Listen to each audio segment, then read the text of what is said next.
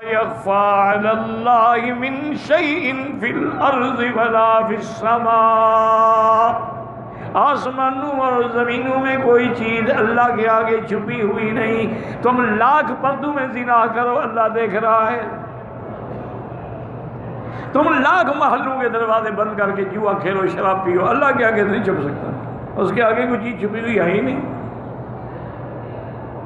اسی لیے سیدنا لقمان نے اپنے بیٹے کو فرمایا تھا وصیت میں کہ یا بنی انہا ان تک مثقال حبۃ من خردل فتکن فی صخرۃ او فی السماوات والارض یات بها اللہ ان اللہ لطیف خبیر۔ اے میرے بیٹے، چاہے مثقال ذرۃ مثقال حبۃ، چھوٹی سی چھوٹی چیز بھی کیوں نہ ہو، آسمانوں میں ہو، زمینوں میں ہو، پہاڑوں میں ہو، غاروں میں ہو، اللہ جانتے بھی ہیں اور جب چاہیں گے سامنے بھی آ جائے گی۔ اور پتہ کیا وصیت کی تھی؟ یا بنی اقم الصلاۃ، سب سے بڑی چیز نماز ہے۔ اپنے گھر والوں کو نمازی بنا دو نا تو ساری مشکلیں حل ہو جائیں۔ کوئی زور نہ لگاؤ، صرف ایک زور لگاؤ کہ بیوی نمازی بن جائے، بچے نمازی بن جائیں۔ یہ نماز بڑی چیز ہے۔ ایک بزرگ کی خدمت میں ایک بندہ آیا، اس کے خاندان والے اس کو لے آئے، بڑا آدمی تھا، بڑے آدمی کا بیٹا تھا۔ انہوں نے کہا جی ہم اس کو پکڑ کے لے آئے ہیں بیعت کے لیے، یہ اللہ کا بندہ دین کی طرف آنا ہی نہیں چاہتا، آپ اس کی بیعت کر لیں۔ تو بزرگوں نے فرمایا کہ بیٹا تم بیعت چاہتے ہو؟ حضرت میں تو نہیں چاہتا تھا، میں پکڑ کے لے آئے ہیں۔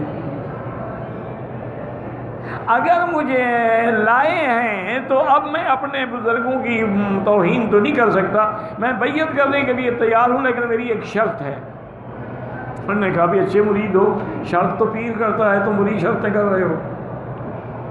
انہوں نے کہا جی نہ کریں بیعت، آپ کی مرضی ہے۔ انہوں نے اچھا بدلاؤ کیا شرط ہے؟ انہوں نے کہا جی میری ایک شرط ہے کہ میں شراب اور عورت کے بغیر رہ نہیں سکتا، میری ہر رات جو ہے اس کے لیے شباب بھی ضروری ہے اور شراب بھی ضروری ہے، میں یہ نہیں چھوڑوں گا، میں آپ کے سامنے جھوٹ نہیں بولتا۔ وہ تو اللہ والے تھے نا، بات کو سمجھ گئے۔ ہمارے جیسا کوئی مولوی ہوتا کہتے بھائی ایمان کافر کو اجازت دو شراب پینے کی، ہمارے مولوی تو فوراً فتویٰ لگا دیتے ہیں کہ دیکھو کمال ہے، میں تمہیں شراب پینے کی اجازت دوں، زنا کرنے کی اجازت دوں، بڑے آئے ہو شرطیں کرنے والے، دفع ہو جاؤ۔ لیکن وہ اللہ والے تھے، وہ جانتے تھے کہ ہمارا کام ہی یہی ہے کہ بگڑے کو راستے پہ لانا۔ اگر ہم گناہ گار سے نفرت کریں گے تو پھر گناہ گار کی اصلاح کون کرے گا؟ گناہ سے نفرت کرو، گناہ گار سے تو نفرت نہ کرو۔ ہر آدمی گناہ گار ہے، حضور نے فرمایا کلنا خطاؤن، ہم سب گناہ گار، خیر الخطائین التوابون، لیکن اچھے گناہ گار وہ ہیں گناہ ہو جاتا ہے تو پھر رب کے دروازے پہ گر جاتے ہیں، توبہ کرتے ہیں۔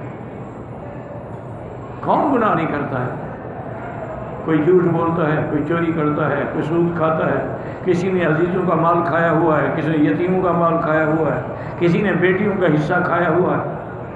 کون ہے جو الا قلیل لوگ ہیں جو گناہوں سے بچے ہوئے ہیں؟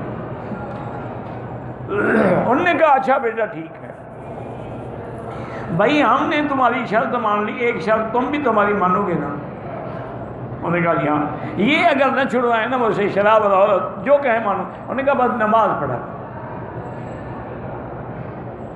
ہماری صرف ایک شرط ہے کہ نماز پڑھنی ہے اور پڑھنی مسجد میں ہے۔ انہوں نے کہا جی میرا یہ وعدہ ہے، آپ نے میری شرط مان لی ہے نا تو میں آپ کی شرط پہ بھی قائم رہوں۔ وہ جب آیا تو شام کو وہ نوکر وغیرہ سارے آ گئے، عصر کے بعد ان کی مجلس بننا شروع ہو جاتی تھی نا جی، تو پھر رات کو اپنے جوبن پہ جاتی تھی۔ انہوں نے کہا جی وہ سارے انتظام، انہوں نے کہا یا ایسا کرو آج عصر کے بعد نہ کرو، کیونکہ میں نے ایک شخص سے وعدہ کیا ہے نماز کا، اب عصر کے بعد مغرب کا وقت آ جائے گا تو ہماری محفل تو اجڑ جائے گی نا، پھر مغرب کا عشاء کو، عشاء کے بعد ہی مجلس شروع کریں گے، صبح تک پھر کافی ٹائم ہوتا ہے۔ انہوں نے کہا جی آپ کی مرضی، اور ہم تو غلام ہیں، نوکر ہیں۔ اس نے عصر پڑھی، مغرب پڑھی، عشاء پڑھی، بجائے ڈیرے پہ آنے کے گھر چلا گیا۔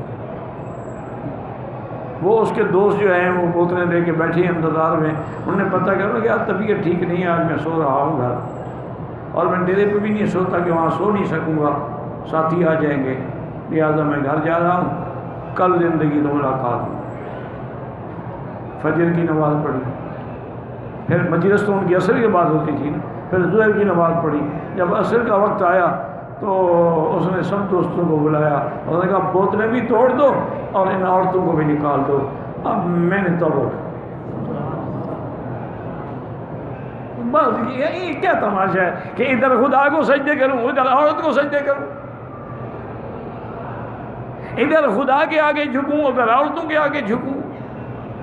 ادھر مجھے اللہ کے قرآن اور توحید اور نماز کا نشہ ہو، ادھر شراب پیوں، یہ مجھ سے نہیں ہو سکتا۔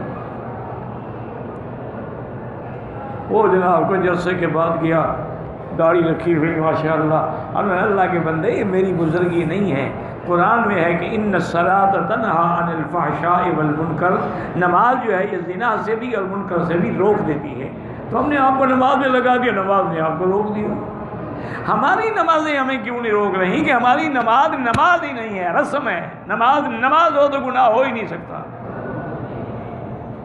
سوال ہی پیدا نہیں ہوتا۔ یہ تو رسم ہے، اللہ اکبر، اللہ السلام علیکم السلام علیکم جی ماشاء اللہ جی، ہم نے عمرہ کیا ہے، 10 دن مکے میں رہے ہیں، 10 دن مدینہ شریف میں رہے ہیں ماشاء اللہ، اور جناب حرم میں نمازیں پڑھی ہیں، لیکن جیسے گئے تھے ویسے آئے ہیں، شیو اسی طرح کرا رہے ہیں، جھوٹ بھی اسی طرح بول رہے ہیں، انگریزی لباس بھی اسی طرح پہن رہے ہیں۔ اس کا کوئی فائدہ، اسے بہتر ہے نہ ہو۔ ایک گناہ اپنے ملک میں کرتے ہو، ایک کعبے میں آ کے گناہ کرو، کوئی غور تو کرو نا۔ اس سے بہتر تو ہے کہ اسی لیے ایک بزرگ آئے نا، انہوں نے کہا میں نے جب سجدہ کیا نا تو آواز آئی کہ بیرون درچ کر دی کہ درون خانہ آئی، اے ظالم میرے گھر کے باہر تم کیا کرتے رہے ہو کہ اب گھر کے اندر بھی آ گئے ہو؟ کیوں زمین پہ سجدہ کردم، جب میں نے زمین پہ سجدہ کیا تو زمین سے آواز آئی مرا خراب کر دی بسجدہ ریائی، ریا کے سجدے کر کر کے مجھے خراب کرنا چاہتے ہو، نکل جاؤ میرے گھر سے۔ اس لیے اگر آئے ہو تو توبہ کرو، توبہ کا دروازہ کھلا ہوا ہے، رحمت کا دریا بہہ رہا ہے، جہاں ایک کا بھی لاکھ ملتا ہو پھر بھی تمہیں گھاٹا پڑے تو پھر تمہاری بدقسمتی ہے۔ کسی بزنس میں 1 کا لاکھ ملتا ہے، آج کل تو خیر ایسے بھی ہیں ماشاءاللہ، پکوڑے بیچنے والوں کے پاس اربوں کے ڈالر آ گئے، وہ لوگوں نے باہر نکالنی تھی نا اپنی کرنسی، کسی کے نام پھر اس کے نام، پھر اس کے نام، اس کے نام، آخر ان کے پاس چلی گئی، اس کو تو پتہ ہی نہیں بیچارے کو، جا کے کہہ گئی میرے پیسے ہیں۔ اِنَّ لِلَّهِ وَإِنَّا إِلَيْهِ رَاجِعُونَ۔ تو اس لیے ہمیشہ یاد رکھیں کہ جب نماز میں کھڑے ہو تو آپ کہتے ربنا انک تعلم ما نخفی وما نعلن، اور یہی حضرت لقمان نے فرمایا یا بنی اقم الصلاۃ وامر بالمعروف وانہ عن المنکر، میرے بیٹے نماز قائم کرو، بھلائی کی باتیں کیا کرو، برائی سے روکا کرو۔